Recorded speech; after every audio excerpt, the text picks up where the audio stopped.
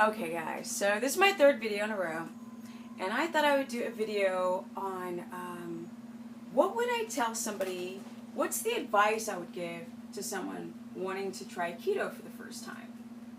Now, let's keep it real. I've covered this before, but when people do Google searches, or YouTube searches, they might stumble upon, stuff. Somebody says, Stephanie says, this is how you start keto for newbies or something like that. I'll figure it out. So what would I suggest for people wanting to do the ketogenic diet?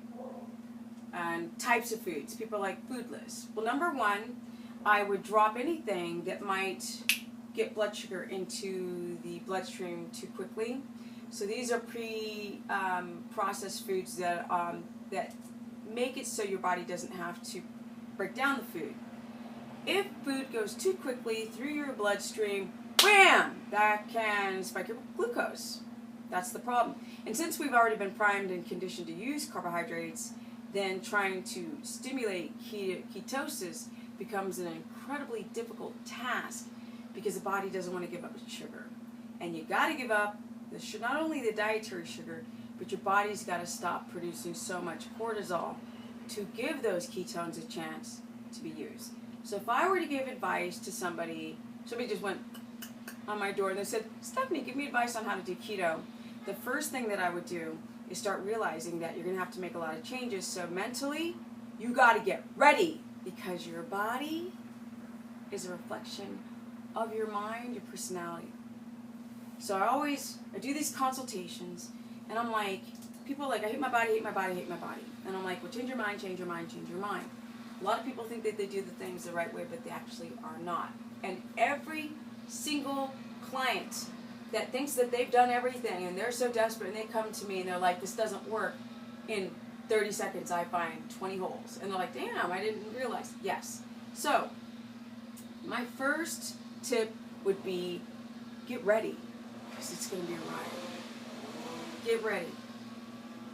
You have to be willing to give up old thoughts to create new thoughts or food. And it's going to be really loud. So, because I don't live in a quiet city. I still got energy all day long. Okay. So, the first thing I would say is get ready. Look in the mirror and be like, yo, if I got to eat donkey poop, that's what I'm going to do to keto adapt. Yes, I'm not joking. A lot of you guys are not willing to do whatever it takes. Note, first thing. Second thing is you want to get rid of all your processed foods. All of it. Throw it, give it away, burn it, something. Flush it down the toilet.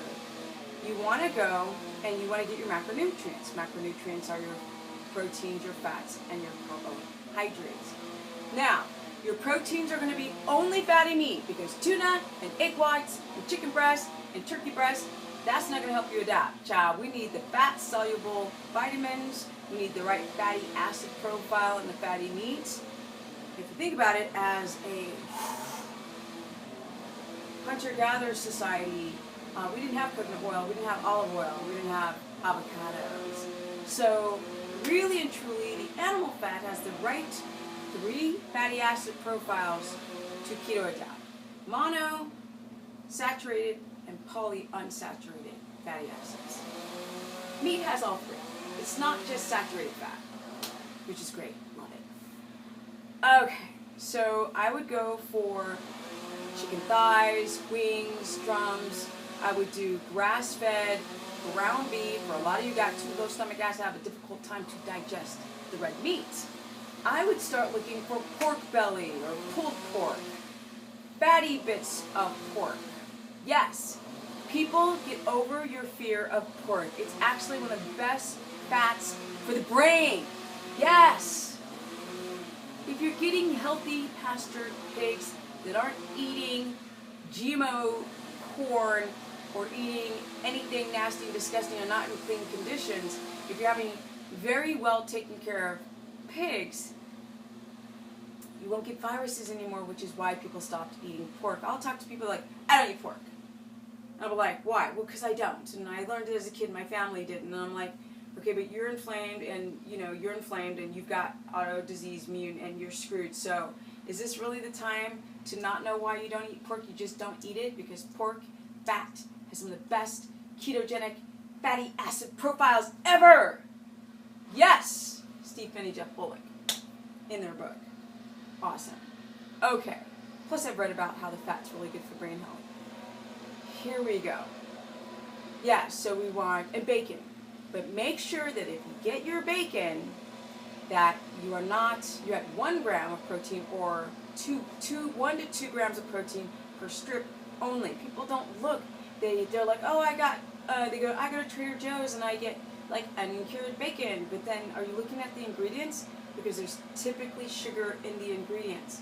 Unfortunately, for those people whose brains are primed and conditioned to love sugar, even a little bit of that simple sugar can block your keto adaptation if the brain senses that the sugar's in the bloodstream. Okay, what else? So we've got, can you do organic ground turkey? Yes. Do not make that your main staple. It really should be fatty, dripping in grease, fat, like pork belly, or chicken wings that I love to put in the stove and spray them with coconut oil until they're crispy in the oven. What else? Yes, salmon, or for other people, salmon. Fish, sardines, get over it, open the can, plop it in. We want fatty fishes, we want to stay away from white fishes. Tuna, sorry guys, not when you're trying to keto adapt. If you're at a restaurant every once in a while and you eat a chicken breast, it's not going to kill you. But on the daily, you want to have fatty meats. Number 1, the amount of meat is very important. My hand is about 4 ounces without the fingers. For me, who's 5'3", that'd almost be too much. So then it comes down to about 3 ounces. Or, kind of so diffused, looks like a big white hand. Or, if I go 3 ounces, right there, that's 3 ounces, or 2 ounces, that's 2 ounces. Now, in weight, 2 ounces, this would be about 50 grams in weight. This would be about 75 grams in weight, and this would be about 4. Or this would be about 4. If you got a big hand, the whole thing just goes out the door. So we definitely want to be under 100 grams of protein. And Steph built what? Boom! She built 15 pounds, like nearly 7 kilos of muscle, eating 53 grams of protein, and I friggin' am an active person all day, every day, ride my bike and work out 6 days a week, but really I ride my bike every day, which is 7 days a week. I'm never sitting on my ass. My adrenals are very happy, and I still build muscle. But then again, people, you ride your bike, but my bike is to the supermarket, to the gym.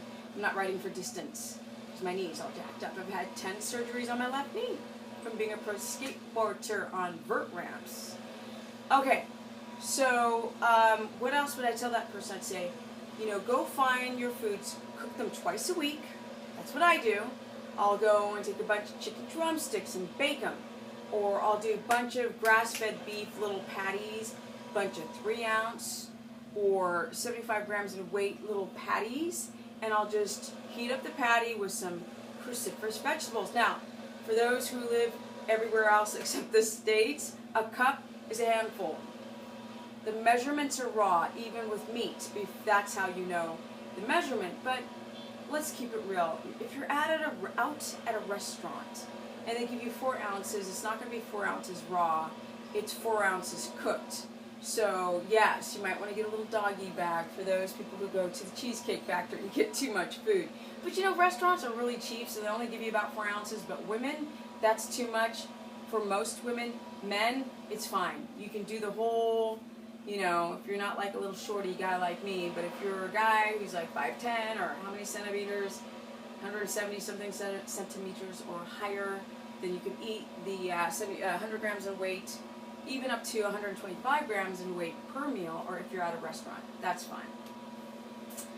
What else? When I tell somebody who said, I'm trying to keto for the first time and I want to do this, I was just let them, the reason why I'm talking about the macros is because I want them to know the quality of food, right? So we're doing like cruciferous vegetables. Cruciferous means fibrous. Most of them are green, like kale, cabbage, spinach, all the greens, broccoli, asparagus. These would be great. Now there's other like cabbage, or you could have cauliflower because it's a fibrous vegetable. You have to be careful for things like tomato, white onion, red onion, squash, zucchini, spinach, obviously no nuts. Nuts, sorry guys, nuts keep coming back with so many people who have allergens, issues with candida, mycotoxins. There's just stuff you should get rid of, and a lot of them have too many carbs. So no nuts.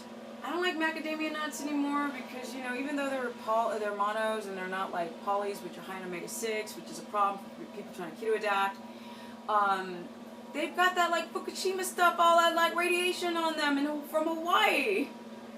So I would just get rid of it, you know. Definitely nuts, people using glucometer, their glucose spikes, but with mac nuts, it's not as bad, but yo, the fallout, I'm just saying. Okay, what else would I suggest for somebody just starting a ketogenic diet?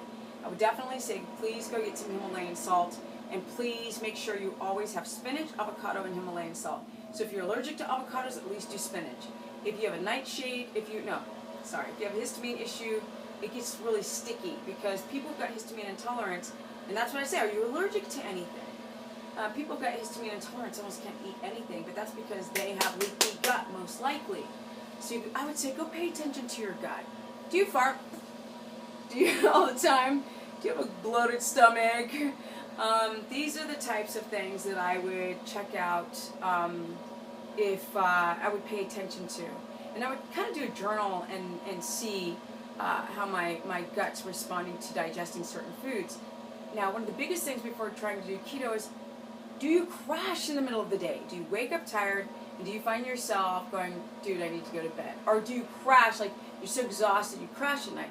All of these things I'm mentioning about feeling tired are going to affect how fast you keto adapt.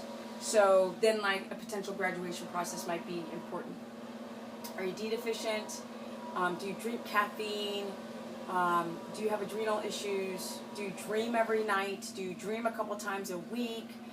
All of these things matter. So I would be like, almost like having people fill out a questionnaire like, are you dreaming every night? Like, do you feel rested in the morning?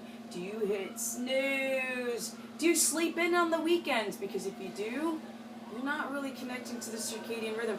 We really, sirens, you know I can't do videos without sirens. If you really listen, there's a leaf blower and a siren outside my window. So what I would say is I would divide people up into groups. If you're a vegetarian, vegan, and you're like going off and you're trying keto because we need protein, we need the essential 22 amino acids, sorry, I can't think because of the sirens, then you might want to check out if you've got like receding gum line, fertility issues, energy issues, menstrual cycle issues. If so, sometimes people who do keto, women start to bleed too much. Often people who don't have a menstrual cycle, it comes back pretty fast. But what I would tell them to do is do 200 grams of fat. I would have them, if you're a woman, I would put you in a range between 50 and about 66, depending on how tall you are, 68 grams of protein. If you're a man, depending on how tall you are, if the average height, which is 5'10", I would say between 65 and 75 grams of protein, even if you lift. And if you're bigger, you might be able to go to 85, but I've seen people with issues going up to 85 with the glucose spiking. Yes, I have. Okay, guys, I'm about to run out of time, so if you guys want to learn more on what I tell somebody who wants to do keto for the first time, go to stephanieperson.com, Stephanie the Business Person, Stephanie, I'm going too fast, Stephanie Ketogenic on my Instagram. But I really say for those who feel like they drop their carbs and get the keto flu too strong, then graduate your carbs by using white rice, not brown rice, because the shell has toxins, and sweet potato, if you can handle the nightshade. And graduate yourself slowly. If you can't do that, I would do yellow squash. Graduate yourself slowly. Raspberry, blueberries. I need to talk about fruits. If you can eat fruits in the future, how much, but that's not this video. this is a video on the advice I'd give to somebody who's trying keto for the first time. And look, I'm about to peace out.